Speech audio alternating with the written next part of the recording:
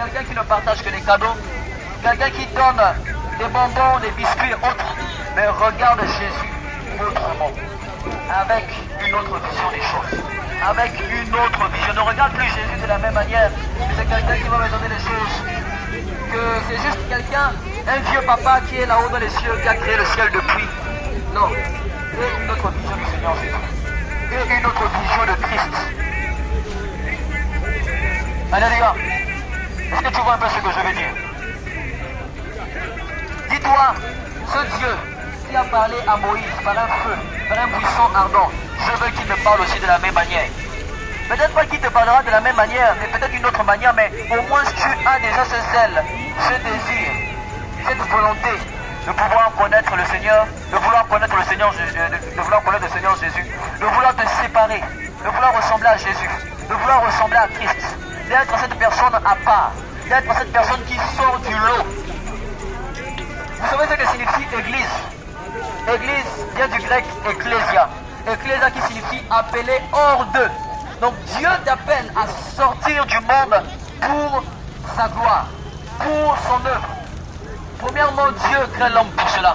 Il crée l'homme pour son œuvre. Il crée l'homme pour cultiver le jardin. Il crée l'homme pour cultiver le jardin qui avait déjà été créé. Alléluia. Le jardin peut représenter ton intimité avec le Seigneur, que tu dois entretenir. Le jardin peut représenter ton intimité avec Jésus, que tu dois entretenir. Alléluia. C'est ce que Adam devait faire. Adam devait entretenir sa relation avec Dieu. Il devait entretenir sa relation avec Jésus, avec le Créateur. Le diable est venu, il a trompé. Et vous allez remarquer, dès l'instant où il pêche, Dieu va les séparer de sa présence. Dieu va faire sortir Adam et Ève du jardin d'Éden. Alléluia. Parce qu'ils n'ont pas respecté la parole du Seigneur.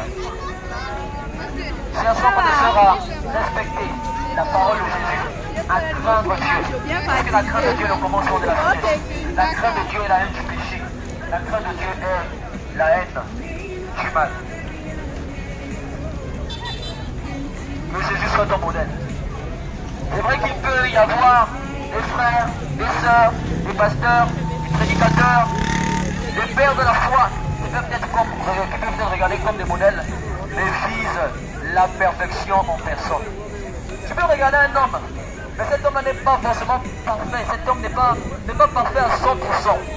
La perfection à la perfection elle-même, c'est Jésus. Alléluia. C'est Jésus-Christ. La perfection elle-même, c'est le Seigneur Jésus de Nazareth. Alléluia. Je fais ma part.